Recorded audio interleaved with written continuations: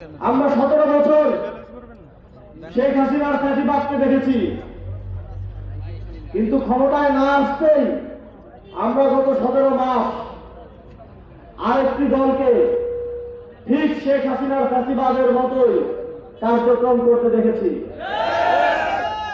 আমরা দেখেছি তারা কিভাবে পাড়ার দোকান থেকে শুরু করে রাষ্ট্রের সর্বোচ্চ পর্যায় পর্যন্ত প্রত্যেকটি ক্ষেত্রে চাঁদাবাজি করেছে। আমরা দেখেছি তারা কিভাবে মানুষের হক মেরে খেয়েছে, তারা কিভাবে বাংলাদেশের মেহনতি মানুষকে পদে পদে অত্যাচার অনাচারের মধ্য দিয়ে গিয়েছে। তারা যদি ক্ষমতা পায় তাহলে তারা কি করতে পারে, এটাই 17 মাসে তারা আমাদেরকে দেখিয়ে দিয়েছে। তারপরে যদি আমরা সেটা না দেখতে চাই তাহলে আমাদের সামনে বিগত 17 বছরের মতো আবারও কালো দিন অপেক্ষা করছে। তারা এখন বিভিন্ন জায়গায় বলে যে মানুষ সংস্কার বুঝে না, পেটে ভাত না থাকলে কিসের সংস্কার। তাদেরকে আমরা মনে করে দিতে চাই, জুলাই দলের যুদ্ধখানে শহীদদের অধিকাংশ মানুষ হচ্ছে সমাজের খেটে খাওয়া মানুষ। তাদের পেটে ভাত না থাকলেও তারা এদেশের জন্য জীবন দিতে পিছপা হয় নাই। পেটে ভাত না থাকলেও তারা স্বৈরাচারকে ফাঁসিবাদকে উৎখাত করার জন্য রাজপথে নেমে এসেছে। পেটে ভাত না থাকলেও এই দেশের মানুষ সবার আগে এই দেশে উন্নয়ন, অগ্রগতি, সমৃদ্ধি এবং সংস্কারকে বোঝে।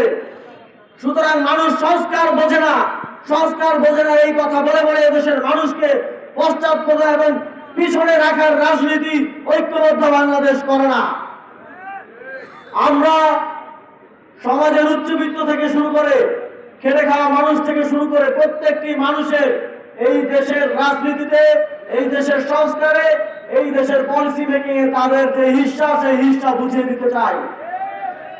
আমরা কাউকে সংস্কার বুঝে না বলে রাজনীতি থেকে, দেশের ভাগ্য নির্ধারণ থেকে দূরে রাখতে চাই না। আমরা সমাজে উঁচু শ্রেণী নিচু শ্রেণীর বিভাজন চাই না। আমরা মনে করি বাংলাদেশ সবার, প্রত্যেকটি নাগরিকের এই বাংলাদেশের প্রশ্নে কথা বলার, রায় দেওয়ার অধিকার রয়েছে।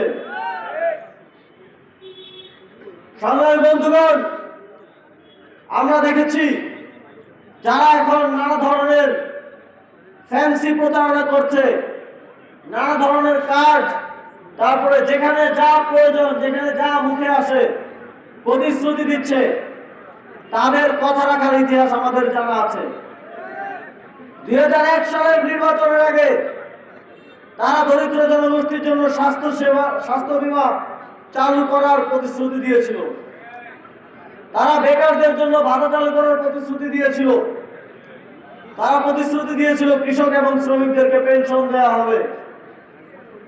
তারা সমবায়ী কৃষকদের 5,000 টাকা করে কৃষি ঋণ, সুদ, জরিমানা সব মওকুফ করার প্রতিশ্রুতি দিয়েছিল।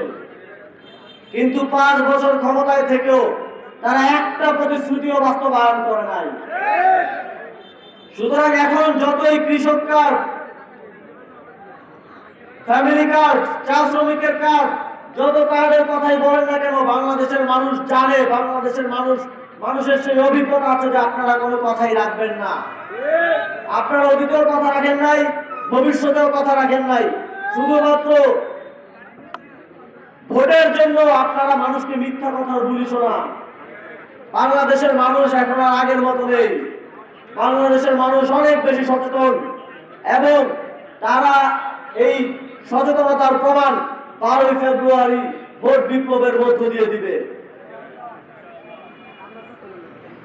আমরা দেখেছি যে তারা বিভিন্ন স্থানে দুর্নীতির কথা বলে, তারা জাতীয়তাবাদের রাজনীতি করে, কিন্তু একটা জাতীয়তাবাদের রাজনীতি করা দলের একটা প্রার্থীদের একটা বড় অংশ বিদেশি নাগরিক।